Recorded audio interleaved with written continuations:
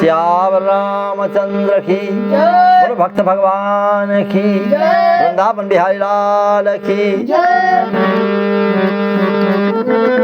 ये माया बड़ी प्रबल होती है, माया किसी को नहीं छोड़ती। केवल मायापति की कृपा हो जाए तो माया से बच सकते हैं, वरना कोई गुंजाइश नहीं। और सुर नर मुनि सब का मोहि लियो रे माया कै चिरैया, सुर नर मुनि सब का मोहि लियो रे माया कै चिरैया, माया कै चिरैया राजा रावण कै मोहे, तो सोने की लंका फुकाए दियो रे माया की चिरैया। भैया ये माया बड़ी प्रबल है। नारद जी उनके मन कहे जाते हैं, मंत्री पुत्र भी माने जाते हैं। तो महाराज श्री नारद जी एक बार भगवान का कुछ कृपा कोप के भाजन बन गए। भगवान की कृपा ऐसी हो गई कि माया ने उनको भी ग्रसित कर लिया। हिमगिरि गुहा एक अति पावन, बह समीप सुरसरी सुहावनी। हिमाचल की गुफा के पास जाकर पहुंचा, गंगा जी के किनारे पर आश्रम अच्छा देखा तो बैठ गए ऋषि जी। और विपिन ये भगवान की माया है, तड़ागा ये भगवान की, बड़ी नदियाँ भगवान की माया है।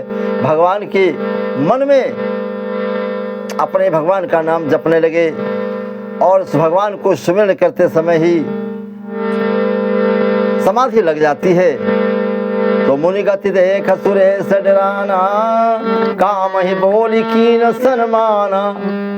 नारद जी जब तपस्या कर रहे थे तो तपस्या करते समय इंद्र का सिंहासन डगमगाने लगा। और जब सिंहासन डगमगाया तो कामदेव को बुला करके और कुछ अप्सराओं को बुला करके भेज दिया।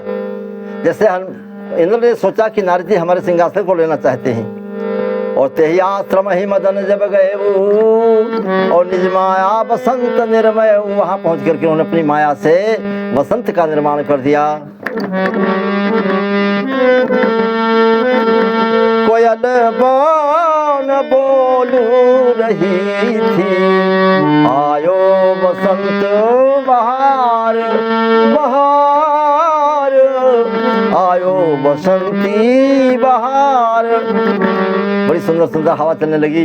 रंभादिक सुंदर सुंदर स्त्रियां आकर के नृत्य गान करने लगी। अनेक प्रकार के ताल तरंग राग बाग से प्रफुल्लित उनको काल कला काम तो सब बहुत कुछ दिखाया, लेकिन महाराज नारद जी के ऊपर कोई प्रभाव नहीं पड़ा।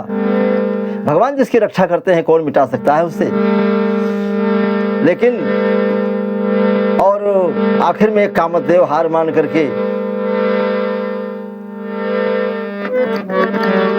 कामदेव शांत हो जाते हैं भगवान की कृपा से। लिखा है कि सीम की चाप सके कोई तासु, और बड़ रखवार रमापति जासु, जिसे भगवान की रक्षा करते हूँ। सहित सहाय सभी अतिमान हार मन में, कामदेव हार मान लिया है। और कहे सजाय मुनि पद चरण, कहे सुठियारत दुख भरे शब्दों को कह करके।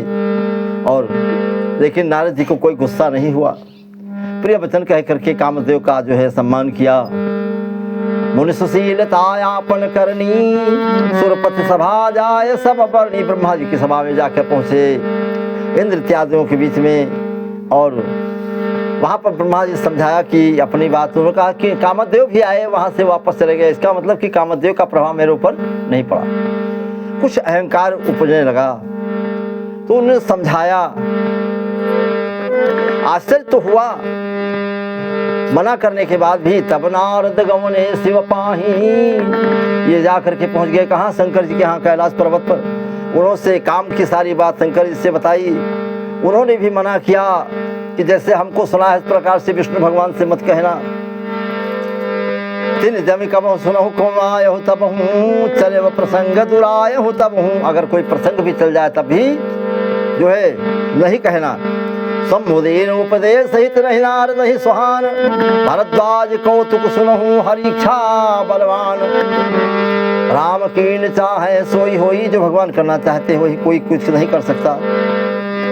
फिर वीणा को बजाते हुए भगवान के क्षीर सागर में जाकर पहुंचे। एक बार कर तल कर बीणा गावत हरि गुण परम प्रवीणा, क्षीर सिंधु गमने मुनिनाथा जहाँ बस श्रीनिवास स्तुति गाथा। भगवान ने उनका सम्मान किया, आदर किया कि बहुत दिनों के बाद में आप हमारे यहाँ पहुँचे हैं, बहुत दिन बीत गए, आपके दर्शन नहीं हुए थे, अब मेरे दर्शन आपके मिले हैं। तो भगवान को अपनी बात बताई कि मैंने कामदेव को पराजित किया। कहते कहते ये बात आ गई मैंने। भगवान ने सोचा कि इनके हृदय में ऐसी बात पैदा हो गई है तो भक्तों का हित करना हमारा काम है। करुणानिधि मन दीख विचारी, उरे अंकुरे वगरब तरु भारी, बेग सोमय डारी हो उखारी, प्रण हमार सेवक हितकारी। ऐसे भगवान हैं, प्रण उनका जो है। और मुनि का हित होगा और हमारे लिए खेल होगा। नारद जी वहां से भगवान की माया को समझ करके सिर झुका करके चले आए, लेकिन अहंकार मन में था। और फिर नारद का अहंकार आगे चल करके किस प्रकार से टूट गया है दूसरी कथा में आपको हम बताएंगे। बिरचो मग महानगर तहि सतजोजन विस्तार, श्रीनिवासपुर ते अधिक रचना विविध प्रकार। श्रीनिवासपुर की रचना किया और वहां पर एक विश्व मोहिनी नाम की कन्या का विवाह रचा गया। शीलनिधि के राम नाम के राजा थे।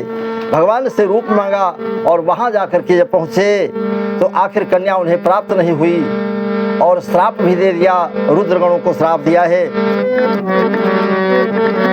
कन्या को देख करके बड़े प्रसन्न हो जाते हैं नारद जी, लेकिन ये माया का प्रभाव था।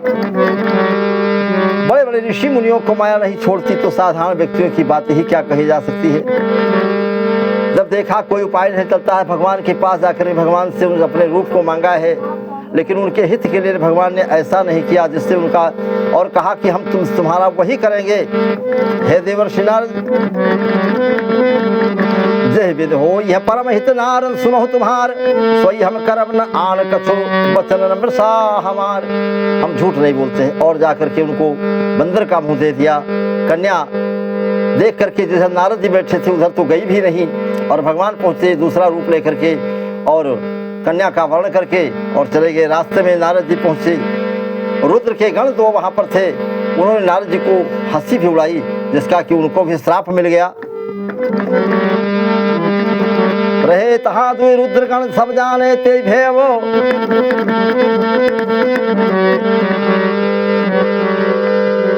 और कहा कि अपना मुँह जा करके देखो पानी में। नारद जी ने देखा तो श्राप दे दिया कि जाय निशाचर हो तुम, पापी कपटी लोग, हमें हंसे सो लेह पर बहु हंसे मुन के, इस प्रकार से बता दिया। और भगवान से जाकर के जब पानी में मुंह देखा, बंदर का मुंह देखा, तो जाकर के भगवान से मेरे भगवान को श्राप दे दिया कि हमारा तुम जिस प्रकार से विवाह नहीं होने दिया, उसी प्रकार से विवाह होने के बाद तुमको भी तुम्हारी नारी का अपहरण हो जाएगा और तुम दुख पाओगे। लेकिन भगवान ने उनका अहित नहीं किया। भगवान तो सबका हित ही करते, अहित नहीं करते। इसलिए भगवान की शरण में जब श्याम रामचंद्र की, बजरंग बली की, हनुमंत लाल